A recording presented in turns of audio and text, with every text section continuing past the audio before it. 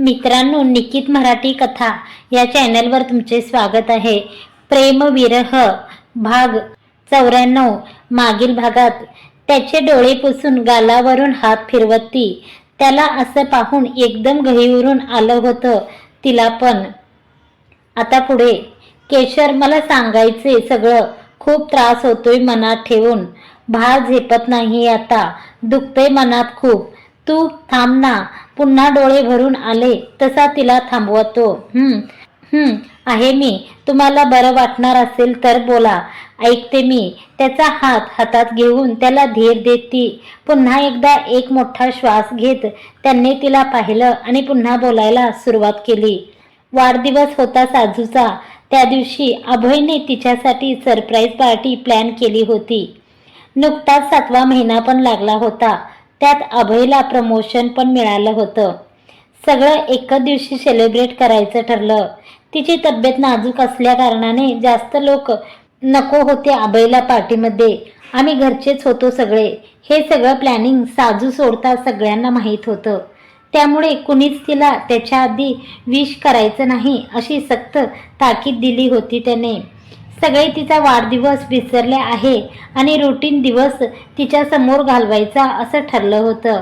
त्याप्रमाणे सगळं चालू पण होतं। तो पण कामानिमित्त बाहेर जायचं सांगून सकाळीच तिला न भेटता घराबाहेर पडला होता।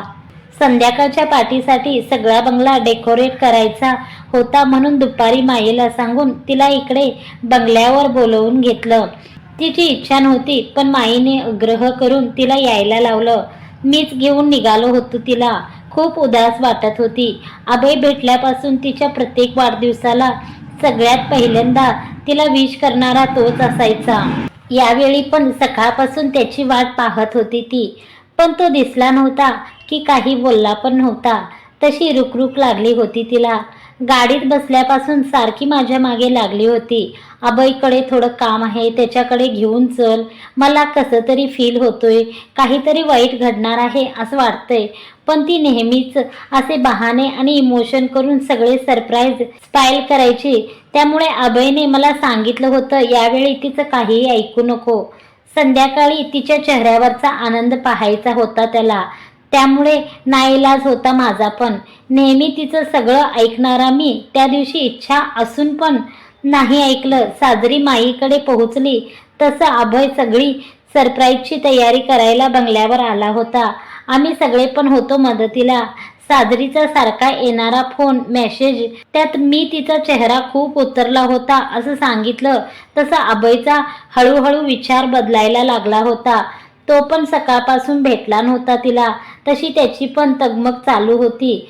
संध्याकाळपर्यंत धीर निघेल की नाही शंकाच वाटत होती त्याला पाहून। मध्येच मला सांगून निघाला पण होता, एकदा तिला पाहून येतो, मला चैन नाही पडत। सरप्राईजच्या नादात ती नाराज नको व्हायला, एकदा ती ठीक आहे का पाहून येतो म्हणजे मला पण बरं वाटेल। किती विनवण्या केल्या त्याने, पण तेव्हा मी त्याला जाऊ दिलं नाही। इतका वेळ धीर धरलाय, आणखी काही तास म्हणत त्याला अडवून ठेवलं। काही तास पण तिच्याशिवाय राहू शकत नाही म्हणून खूप चिडवलं त्याला। यावरून सगळेच चिडवायला लागले। तसं मनात नसताना पण त्याला तिच्याशी न बोलता थांबावं लागलं। पार्टीची सगळी तयारी झाली तसा तासभर आधी माहीत नाही अभयला कुणाचा तरी फोन आला। त्याने काही सांगितलं नाही, पण त्याच्या बोलण्यावरून काही खास टीप वगैरे हाती लागली असं कानी पडलं। अर्धा तासात जाऊन येतो म्हणून सांगितलं त्यांनी मला, पण मला वाटलं आता पण तो मस्करी करतोय खरं, कारण त्याला साजरीला भेटायचं हे असेल। पण साजरीची शपथ घेऊन खरंच महत्त्वाचं काम असल्याचं सांगितलं तसा त्याला जाऊ दिलं।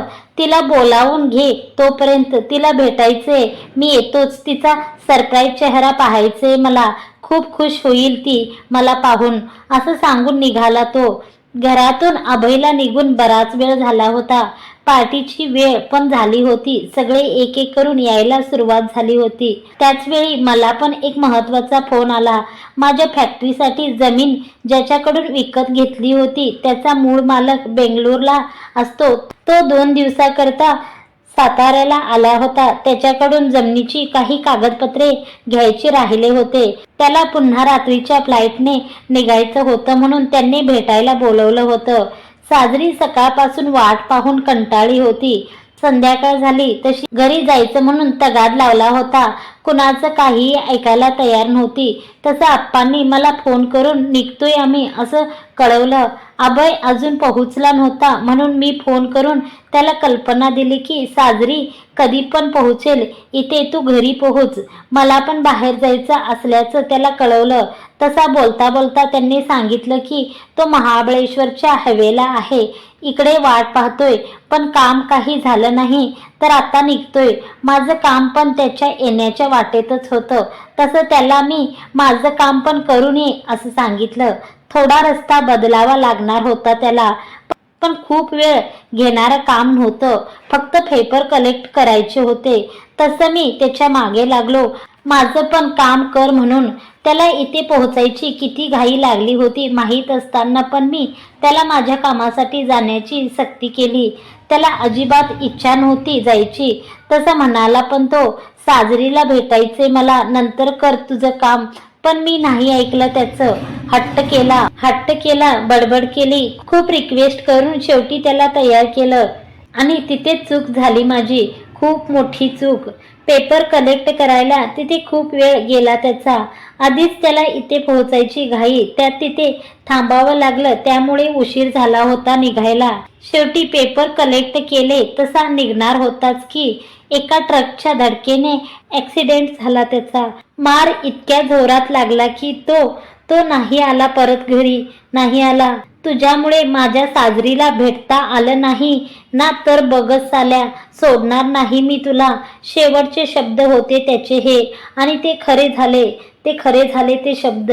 नाही आलं भेटता त्याला साजूला माझ्यामुळे दोघांची ताटातूट झाली. खूप तळमळला असेल त्याचा जीव तिच्यासाठी, त्याच्या बाळासाठी.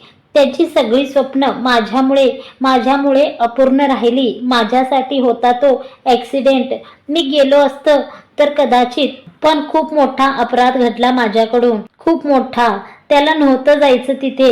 मी हट्ट केला नसता तर आज माझी साजू अशी नसती. रुहीला हवं होतं तिचा बाबा, पण माझ्यामुळे. अहो तुमच्यामुळे काही नाही झालं. एक ॲक्सिडेंट होता तो. तुम्ही स्वतःला नका दोष देऊ. शांत व्हा ना तुम्ही. त्याला मिठीत घेऊन शांत करत ती. सगळं काही ऐकून तिचं पण मन भरून आलं होतं. साजरीचा चेहरा येत होता सारखा डोळ्यासमोर. कसं सहन केलं असेल तिने सगळं. केशर, हे गिल्ट मनातून जात नाहीये. आज माझ्यामुळे ते दोघं, माझी रुही. अहो शांत व्हा ना. तुम्ही ठीक आहात ना? आपण नंतर बोलूया. खूप त्रास होतोय तुम्हाला. मला ऐकवत पण नाहीये. कसं सहन केलं साजूने सगळं. त्याच्या न थांबणाऱ्या डोळ्यातलं पाणी तिला सहन होत नव्हतं. सगळं ऐकून तिलाच इतका त्रास होता तर त्यांनी प्रत्यक्षात सगळं अनुभवलं होतं. मी पाहण्याशिवाय काहीच नाही करू शकलो केशर, काहीच नाही. वेडी पिशी झाली होती साजरी. किती उत्साहाने आली होती आप्पांसोबत. सगळा बंगला पाहून तिला कल्पना आली होती सरप्राईजची. आल्या आल्या सगळ्या घरात फिरून अभयला आवाज देत होती, पण तो कुठेच नव्हता. आप्पांना अर्ध्या रस्त्यात असतानाच फोन आला होता. त्यांना सगळ्यांची कल्पना आली होती. ड्रग केस सोडल्यामुळे आधी चर्चेत असणारा अभय, त्यात आप्पांचा जावई. यामुळे ॲक्सिडेंट नंतर पुढच्या 15 मिनिटात खबर वाऱ्यासारखी सगळीकडे पसरली. आप्पांचा तर सगळा प्राणच गळून गेला होता ऐकून. काय करावं काही सुचत नव्हतं. आप्पांचा घाबरलेला चेहरा, सतत वाजणारे त्याचे फोन, शिर्के काकांची अचानक वाढलेली लगबग, सगळं पाहत सगळ्यांना शंका यायला लागली होती की नक्की काहीतरी घडलंय. वाऱ्यासारखी पसरलेली खबर आमच्यापर्यंत पण पोहोचली. एका क्षणासाठी सगळं जग थांबल्यासारखं वाटलं. विश्वासच बसत नव्हता. मोबाईलचा वरचा मेसेज पाहून अभय, ACP अभय इज नो मोर. कसं शक्य आहे? आता काही तासापूर्वी बोलला माझ्याशी आणि आता तो डोकं बंद पडल्यासारखं वाटत होतं. सगळा अंधार पसरला अचानक. समोर आनंदाने इकडे तिकडे फिरून अभयला आवाज देणारी साजरी दाराकडे डोळे लावून बसली होती. सारखी विचारत होती, काय आहे सरप्राईज? कधी येणार अभय? कुणाला तिला काही सांगायची हिम्मत होत नव्हती. काय सांगणार होतो? आम्हाला सगळं पचवायला जड जात होतं तर तिला काय सांगणार होतो?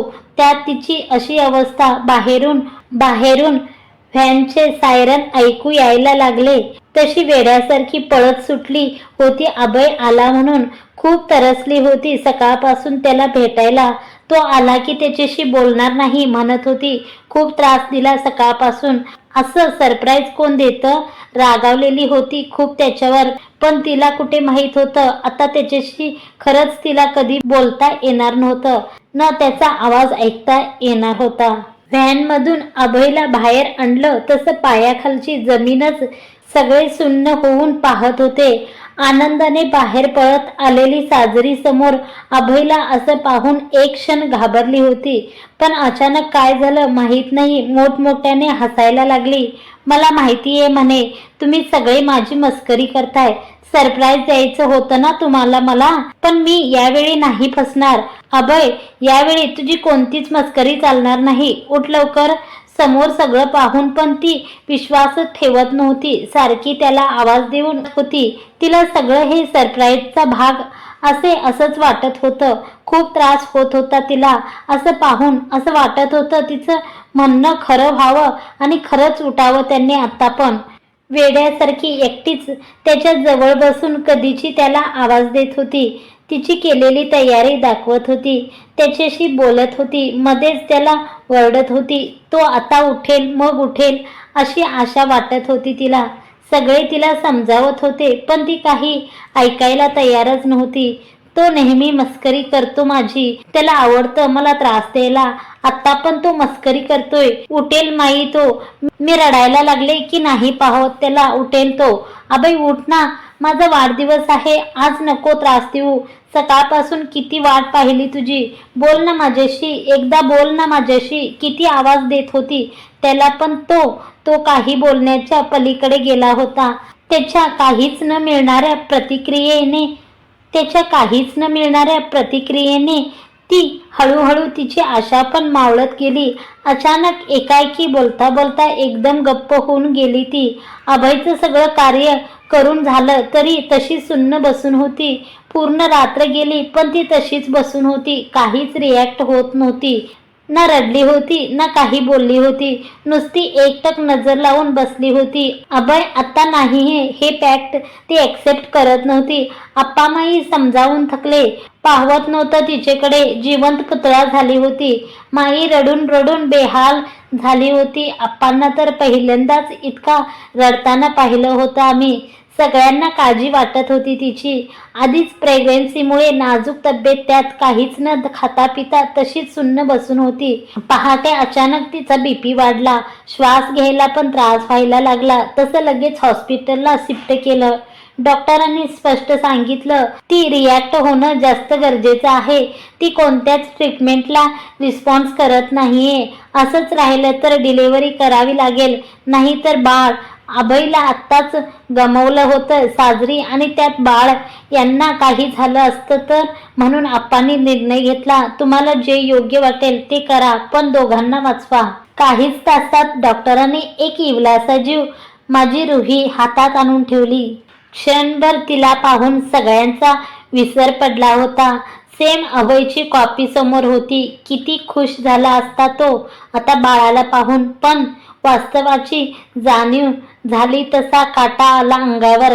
त्या आलेल्या जीवाचं आनंदाने स्वागत करायचं की जन्म झाल्या वडिलांचं छत्र हरवल्याचं दुःख काहीच कळत नव्हतं.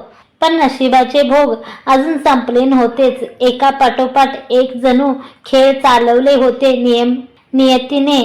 त्यात त्या इवल्याशा जीवाची पण फरफड चालू होती. 15 दिवस होऊन गेले तरी त्या जीवाला ना आईची ऊब मिळाली होती ना वडिलांचं प्रेम. कारण साजरीची अवस्था अजून पण तशीच होती. ती फिजिकली तर रिकवर होत होती पण मेंटली अजून पण तिथे थांबून राहिली होती. तिला पुढे जायचंच नव्हतं ना जगायची इच्छा असल्यासारखीच वाटत होती. एकीकडे अभय जाण्याचं दुःख, त्यात समोर साजरी आणि त्यात लहान जीवाची अशी अवस्था. पाहवत नव्हतं काहीच. मोठे डॉक्टर, अक्कांची पूजापाठ, माईची प्रार्थना, कशाचाच परिणाम दिसून येत नव्हता. शेवटी डॉक्टरांनी मानसोपचार तज्ज्ञांचा सल्ला घ्यायला सांगितला. हळूहळू तिची ट्रीटमेंट, काउन्सिलिंग चालू केलं. महिना होऊन गेला होता तिच्या या अवस्थेला. आप्पा माई तर पूर्ण खचून गेले होते. लेकीची आणि त्या तान्ह्या जीवाची हेळसांड पाहून. खूप भयंकर दिवस होते ते. घरात एक वेगळंच वातावरण पसरलं होतं. एकीकडे काहीच न बोलणारी साजरी आणि दुसरीकडे रडणारी रुही. आम्ही कितीही तिला सांभाळलं तरी आईची उणीव भरून निघत नव्हती. हळहळ वाटायची तिच्याकडे पाहून. अभयने काय विचार केला होता त्याच्या भविष्यासाठी आणि काय घडलं होतं. सत्या आणि माझे सतत प्रयत्न चालू होते तिच्या ट्रीटमेंटसाठी. कुणी काहीही सांगितलं की ते करून पाहत होतो, याच आशेवर की याने तरी फरक पडेल. हळूहळू काउन्सिलिंगचा इफेक्ट दिसून येत होता. तिच्याशी बोलून, रुहीला पाहून थोडा बदल जाणवायला लागला होता तिच्यात. ती रिस्पॉन्स द्यायला लागली. तशी एक शेवटची ट्रीटमेंट देऊन पाहूया असं डॉक्टरांचं म्हणणं होतं. पण त्यात खूप मोठा धोका होता. त्या ट्रीटमेंटला तिने योग्य तो रिस्पॉन्स नाही दिला तर जीवावर बेतणार होता की कोमामध्ये जाण्याची शक्यता होती. आप्पांनी नकार दिला होता, पण मी आणि सत्याने इन्सिस्ट करून स्वतःच्या रिस्कवर शेवटचा उपाय म्हणून करायचं ठरलं. डॉक्टरांनी सांगितलं तसं तिला अभयच्या बंगल्यावर नेलं. तिथे तिच्या समोर सगळ्या अभयच्या गोष्टी, त्याचे फोटो, युनिफॉर्म, त्यांच्या दोघांचे फोटो, सगळ्या त्यांच्या आठवणी तिच्या आजूबाजूला ठेवल्या. समोर टीव्हीवर पिकनिकचे त्यांचे फोटो, सगळे व्हिडिओ एक एक करून प्ले करायला सुरुवात केली. अभयचा आवाज कानी पडला तशी रिॲक्ट झाली ती. इतक्या दिवसांनी डोळ्यात काही हालचाल जाणली. वळवून तिने समोर पाहिलं. त्याचे लग्नाचे पिकनिकचे व्हिडिओ पाहून चेहरा खुलला होता तिचा. डोळ्यात चमक दिसायला लागली. आम्ही आजूबाजूलाच होतो तिच्या. इतक्या दिवसांनी चेहऱ्यावर हसू आलं होतं तिच्या. तिला असं पाहून सत्याने माझ्या डोळ्यातलं पाणी थांबतच नव्हतं. किती दिवसांनी तिला असं पाहिलं होतं. दोघांच्या व्हिडिओ नंतर अभयची न्यूज, इंटरव्ह्यू, त्याचा सत्कार समारंभ असे एक एक व्हिडिओ प्ले होत होते. तो समोर दिसतोय हे पाहून खुश झाली होती. नंतर तिच्या वाढदिवसाच्या दिवशी आम्ही सगळे घरी बंगला सजवताना सत्याने व्हिडिओ केला होता. तो प्ले झाला तशी जागची उठून टीव्ही समोर आली. ती ट्रीटमेंटला रिस्पॉन्ड झाली हे पाहून जीवात जीव आला होता. आमच्या दोघांच्या समोर दिसणाऱ्या अभयला हात लावून डोळे भरून त्याला पाहत होती. आजूबाजूला दिसणाऱ्या सगळ्या त्याच्या वस्तूंवरून हात फिरवत त्याच्या युनिफॉर्म जवळ घेऊन समोर त्याला पाहत बसली होती. ती थोडी नॉर्मल झाली. तसं सत्याचा व्हिडिओ नंतर त्याच्या ॲक्सिडेंटची न्यूज प्ले केली समोर. सगळे जीव मुठीत घेऊन बसले होते. ती ते सगळं पाहून कशी रिॲक्ट करणार याची सगळे वाट पाहत होते. जसा व्हिडिओ चालू झाला हळूहळू चेहरा उतरायला सुरुवात.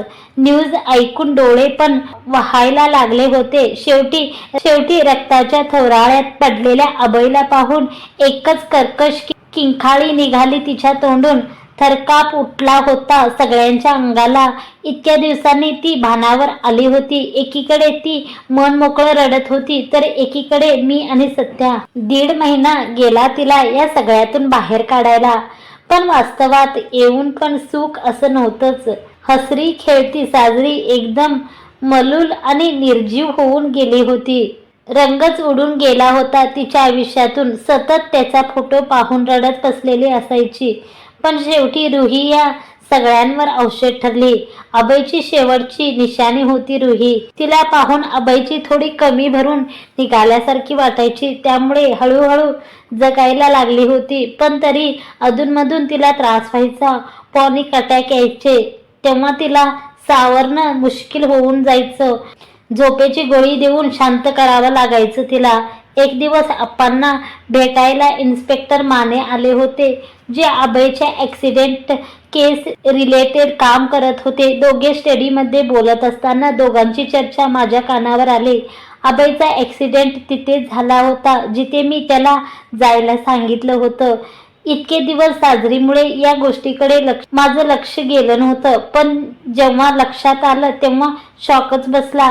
एखाद्याच्या जाण्याला आपण कारणीभूत ठरलं की कल्पनाच सहन होत नव्हती. मी जर त्याला तिथं जायला भाग पाडलं नसतं तर कदाचित आज ही वेळ आलीच नसती. खूप खोलवर मनाला गेली ही गोष्ट.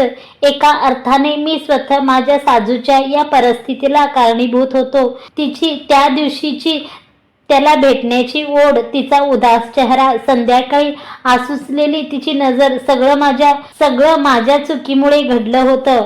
त्यांचे ते शेवटचे शब्द, साजरीची अवस्था, रडणारी रुही, सगळं नजरेसमोर यायला लागलं. बेचैन व्हायला लागलं मन.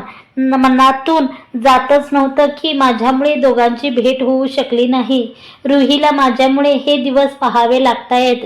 साजरीचा आनंद, रुहीच्या वडिलांचं छत्र, सगळं माझ्यामुळे हिरवलं गेलं होतं. माझ्यामुळे हे गिल्ट मनात घेऊन जगणं अवघड व्हायला लागलं होतं. कशात लक्ष लागत नव्हतं, ना खाण्यात ना कामात. अपराधी भावना मनात पोरकून काढत होती. अप्पामाई आत्ताच एका मोठ्या धक्क्यातून बाहेर आले होते. त्यांना हे सगळं सांगून अजून काळजीत नव्हतं टाकायचं. हळूहळू माझं शांत राहणं, एकटं राहणं, कुणाशी काहीच न बोलणं सगळ्याच्या नजरेत यायला लागलं होतं. तसं सगळ्यांनी विचारलं, पण मी साजरी, रुहीचं कारण सांगून वेळ मारून नेत होतो. हे सगळं मनात साचून त्याचा परिणाम तब्येतीवर व्हायला लागला होता. कुणाला काहीच न सांगता मी एकटाच डॉक्टरांची ट्रीटमेंट घेत होतो. हायपर टेन्शन, स्ट्रेस या सगळ्यांमुळे डिप्रेशन यायला लागलं होतं. दिवसभर रूममध्ये झोपून असायचो मी. काहीच करायची इच्छा नसायची. बाहेर गेलो की सगळ्यांना पाहून अजून अपराधी भावना दाटून यायची. सगळ्यात जास्त गुन्हेगार मी रुहीचा होतो. तिचा आवाज आला की असंही व्हायचं मला. सगळी लक्षणं पाहता सत्याला डाऊट यायला लागला होता. त्याने खूप प्रयत्न केले मला बोलतं करण्यासाठी, खरं जाणून घेण्यासाठी, पण मन दजलं नव्हतं. त्याला काही सांगायला भीती वाटत होती. पण एके दिवशी सगळ्याचा अतिरेक झाला. डॉक्टरांना भेटून येत असताना आपल्याच नादात गाडी चालवत येत होतो. तसा विचारात असताना कधी कंट्रोल सुटला गाडीचा काही समजलंच नाही आणि अपघात झाला गाडीचा. नशिबाने जास्त मोठं नव्हतं अपघात, पण तरी हात फ्रॅक्चर आणि डोक्याला स्टिच पडले होते. माझ्या अपघाताची बातमी ऐकताच अप्पांना तर धक्काच बसला. चक्कर येऊन कोसळले होते ते. आत्ताच लेकीला मरणाच्या दारातून परत आणले होते. आता मला पण असं पाहून त्यांना सहन झालं नाही. सत्या तर घरी आणलं त्या रात्री खूप रडला होता मला असं पाहून. माझ्या जवळच बसून होता. माझं सगळं मनात ठेवण्याचा स्वभाव जाणून होता तो. त्याला माहित होतं काही आहे माझ्या मनात, त्याचा त्रास होतोय मला. त्याने माईची शपथ घेतली मला सगळं सांगण्यासाठी. शेवटी हो नाही करत मी तयार झालो. पण अप्पा माई समोर सगळं सांगायचं कबूल केलं मी. मनात ठेवून त्याचा परिणाम पाहिला होता. माझ्यामुळे अप्पांना काही झालं असतं तर ते सहन नसतं झालं मला. अजून अपराधीपणाचं ओझं घेऊन जगता नसतं आलं. अप्पामाईंना सांगताना जीभ रेटत नव्हती माझी. कसं सांगावं काही कळत नव्हतं. माझ्याच नजरेत मी गुन्हेगार वाटत होतो, खूप मोठा. कुणाच्या तरी आयुष्याशी खेळणारा. किती वेळ नुसतं शांत बसून होतो. अप्पांनी समजवलं, बोलायला भाग पाडलं. तसं जीव मुठीत घेऊन मी त्यांना सगळं सांगितलं. मला वाटलं दोघं खूप चिडतील, रागावतील माझ्यावर, पण त्यांनी यातलं काहीच केलं नाही. त्यांची ती शांतता आणखीनच जिवारी लागली माझ्या. पण माईने समजवलं, असं कुणी कुणाच्या जाण्याला जबाबदार नसतं. प्रत्येकाची काळ वेळ ठरलेली असते. त्याचं नशीब होतं ते. अप्पांनी पण त्याला दुजोरा दिला. ती बोलत जरी खरं असली तरी तिच्या नजरेतलं दुःख दिसत होतं. आई होती ना तिला सगळी मुलं सारखीच. एकीचं एवढं मोठं दुःख पचवत होता. आत्ता मुलाला त्रासून बघणं जमत नव्हतं दोघांना. मनाने हळवे झाले होते दोघं. नेहमी आमच्या मागे खंबीर उभे राहणारे अप्पामाई कमजोर पडायला लागले होते. त्यांच्या नजरेसमोर मुलांच्या आयुष्याचे न पाहावले जाणारे खेळ चालू होते, जे त्यांच्या वयाला झेपणार नव्हतं. दोघांची माफी मागत होतो मी. जेव्हा अप्पांना काय झालं माहीत नाही, अचानक खूप इमोशनल झाले. मला मिठी मारून रडायला लागले. इतक्या दिवसात साजरीचं मनातलं साठलेलं दुःख हलकं करत होते. समर तुम्ही जपा स्वतःला. आम्हाला खूप आशा आहे तुमच्याकडून. तुमच्यात आम्ही स्वतःला पाहतो. आमच्या उद्या काही कामी जास्त झालं तर सगळ्या कुटुंबाची जबाबदारी घ्यायची आहे तुम्हाला. कधीच कुणाला अंतर देऊ नका. त्यांचं त्या दिवशी ते बोलणं ऐकून गहिवरून आलो खूप. त्यांना असं पाहायची सवय नव्हती. मनातून कोलमाडून गेले होते ते. त्या दिवशी त्यांना आणि स्वतःला वचन दिलं मी काही झालं तरी शेवटपर्यंत ही जबाबदारी निभावणार मी. पुन्हा एकदा नव्याने उभं राहायचं ठरवलं. हळूहळू पुढे जाणारी वेळ सगळ्यांच्या जखमा भरून काढायचं काम करत होती. पण जेव्हा जेव्हा साजरीला पॉनिक अटॅक यायचा, जखमेवरची कपली पुन्हा निघायची आणि मनात दाबून ठेवलेल्या त्या गिल्टची आठवण करून द्यायची. काल खूप वर्षांनी पुन्हा साजूला तसा त्रास झाला. इतक्या दिवसात माझ्या सुखात तिच्याकडे दुर्लक्ष झाला का? माझं केशर, मला तिला सुखात पाहायचे. पुन्हा एकदा तिच्या आयुष्यात रंग घेऊन यायचे आहेत. खूप सोसले माझ्या साजूने. एवढ्या कमी वयात दुःखाची चरणसीमा पार केली तिने. अभयने तिच्यासाठी, रुहीसाठी पाहिलेले सगळे स्वप्न पूर्ण करायचे आहे. त्याची कमी कधीच भरून निघणार नाही. पण माझं गिल्ट कमी होईल. तू साथ देशील ना? त्याने आशेने पाहिलं. तशी हमसून हमसून रडत त्याला घट्ट बिलगली. मित्रांनो, आजचा भाग कसा वाटला कमेंट करून जरूर कळवा. व्हिडिओ आवडला असेल तर जरूर व्हिडिओला लाईक करा, कमेंट्स करा. चॅनलवर पहिली वेळ असाल तर चॅनलला सबस्क्राईब करून घ्या. धन्यवाद मंडळी.